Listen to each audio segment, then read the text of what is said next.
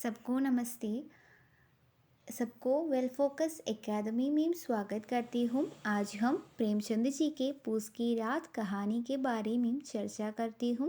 Videos पसंद आए तो लाइक करो, शेयर करो और सब्सक्राइब और कमेंट भी करो। पूस की रात प्रेमचंद।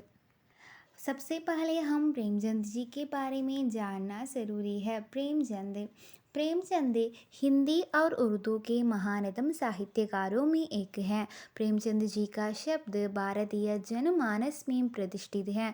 उनकी तूलिका तलवार से भी तेजी है, इसलिए इन्हें कलम के सिपाही कहती है। हिंदी साहित्य में सबसे अधिक पढ़े लिखे जाने वाले और लोकप्रिय साहित्यकार है प्रेमचंद। प्रेमचंद केवल एक लेखक का नाम नहीं है, वो एक विचार है और साधना का नाम है, जिनका लिखा एक एक शब्द दिलों पर दस्तक देता है और कण कण में रोमांच भर देता है। मुंशी प्रेमचंद जी का जन्म 31 जुलाई 1818 को उत्तर प्रदेश के वाराणसी के लम्ही नामक गांव में हुआ। मुंशी प्रेमचंद जी का वास्तविक नाम धनपत राय श्रीनिवास थे। उनका पिता अजाब राय ठाखाने में एक क्लर्क था। बचपन में ही इनका माता स्वर्गवास हो गया था, इसके लिए उनका बचपन बहुत कष्ट में बीता। प्रेमचंद को पढ़ने को बहुत शौक था। आगे चलकर वो वकील बनना चाहा, लेकिन गरीबी इन्हें तोड़ दिया।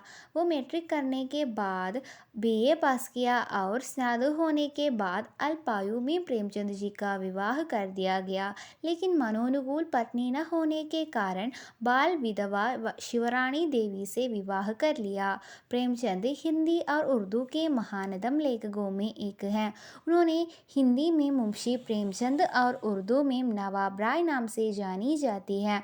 उपन्यास सम्राट रूप में विख्यात है प्रेमचंद जी।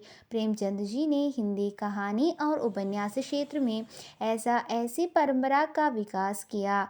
उनका लेखन हिंदी साहित्य की एक ऐसी विरासत है जिनके बिना हिंदी साहित्य का अध्ययन अधूरा होगा।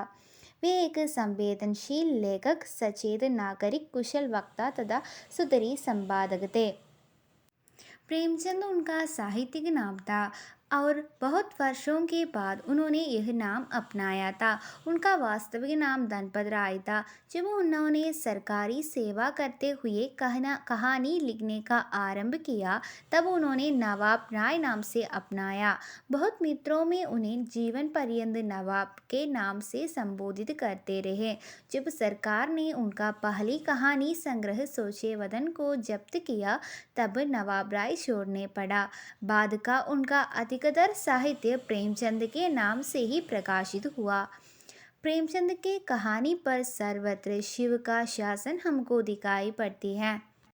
प्रेमचंद जी की अधिकतर कहानियों में किसान, निम्न वर्ग के पात्रों का चित्रण हुआ है। डॉक्टर कमल किशोर गोयकना के अनुसार उन्होंने 300 से ज़्यादा कहानियाँ लिखी हैं। उनकी जीवन काल में कुछ कहानियों का प्रकाशित भी हुआ था।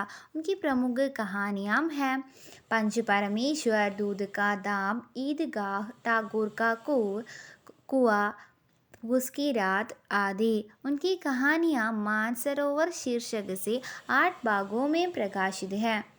उन्होंने साहित्य का सभी क्षेत्रों में महत्वपूर्ण योगदान दिया है, इसलिए कहा जा सकता है कि प्रेमचंद जी बहुमुखी प्रतिभा संपन्न साहित्यकार हैं। उनकी एक प्रमुख कहानी है पूस की रात।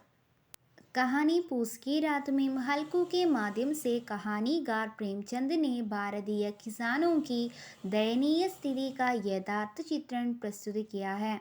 स्वर्गीय उपन्यास सम्राट प्रेमचंद जी की एक प्रसिद्ध कहानी है पूस की रात। इस कहानी का मुख्य पात्र है, इसका नाम है हल्को। हल्को के नाम से भी जाना जा सकता है कि नाम से उसके झूठ सिद्ध करता है। एक गरीब किसान है हल्कू। उनकी पत्नी मुन्नी ने माघपूस की कठिन सर्दी से बचने के लिए एक कंबल खरीदने को बहुत यत्न करते हैं।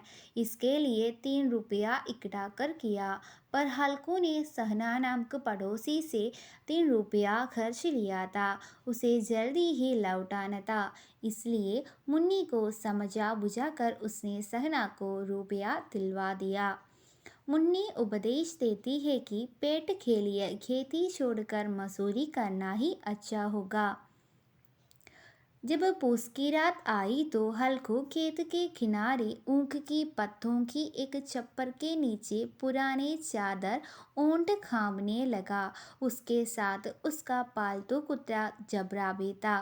कुत्ता से उसकी बड़ी आत्मीयता थी। हल्कू सर्दी से बचने के लिए बांस के आम के बगीचे में सूखी पत्तियों टेरी कर जड़ाकर उसके पास बैठकर आगे तापता रहा। कुत्ता भी उसका साथ बैठा। दोनों आनंद से कुचलने कूदने लगा। हल्कू फिर गरम रात के पास बैठ सोने लगे। एकाएक खेतों में नीलगायों की आक्रमण की आवाज़ सुनकर जबरा जोर से भौंकने लगा। वह खेत की ओर दौड़ा, लेकिन हल्कू ने उसका परवाह नहीं किया। कुछ देर के बाद वह उड़कर चला। वहाँ नीलगायें आई थी। थोड़ी ही दूर चलाया ताकि उसे बहुत सर्दी लगी तो वह चादर उड़कर लेट गया, वहीं सोने लगा। जबरा उस समय नीलगायों से लड़ाई करता ही रहता था, लेकिन इसको कोई फल नहीं हुआ। नीलगाय सर्वदा खेत का विनाश कर रहा था। अगले दिन सवेरे मुन्नी आकर जागने पर ही हल्कू उड़ा।